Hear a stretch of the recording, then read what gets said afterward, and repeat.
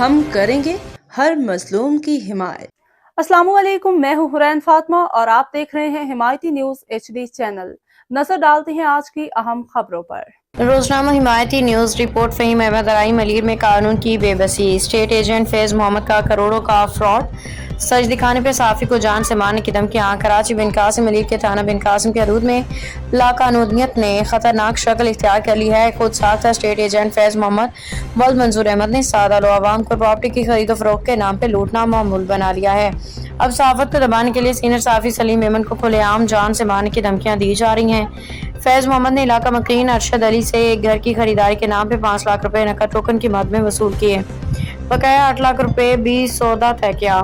معاہدے کے بعد فرار ہو گیا، نہ گھر دیا نہ رقم واپس کی۔ ارشد علی کی شکایت پہ تحقیق کرنے والے صحافی سلیم میمن نے حقائق پہ مبنی رپورٹ شائع کی تاکہ عوام کو آگاہ کیا جا سکے۔ رپورٹ میں یہ بھی انکشاف کیا گیا کہ فیض محمد کے خلاف پہلے سے تھانہ شالتیف میں فراڈ اور 2 نمبری کے مقدمات درج ہیں۔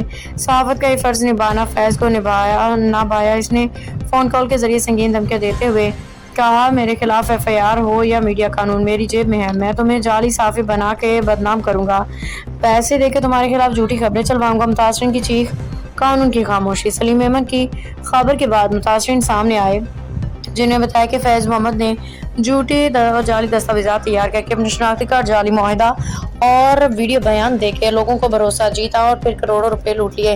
متاثرین کے مطابق فیض باقاعدہ طور پر منصوبہ بندی سے فراڈ کرتا ہے اور ہر شخص کے ساتھ نیا جھوٹا معاہدہ طے کرتا ہے تاکہ شکایت درج نہ ہو سکے۔ عوام کا مطالبہ فی الفور کارروائی۔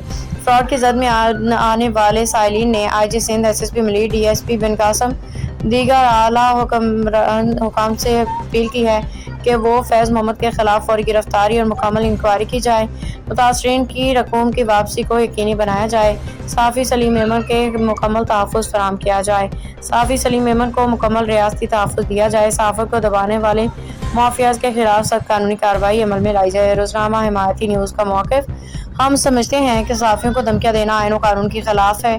اگر قانون صرف کاغذ پہ رہ گیا، فراڈی دندناتے پھرے تو عوام کا اعتماد اداروں سے اٹھ جائے گا۔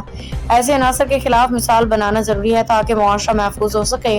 روزنامہ حمایتی نیوز عوام کی آواز ہے، مظلوموں کے ساتھ کھڑا ہے۔ ہماری جدوجہد جاری رہے گی اور سچ کو کبھی جھوٹ کے قدموں میں جھکنے نہیں دیا جائے گا۔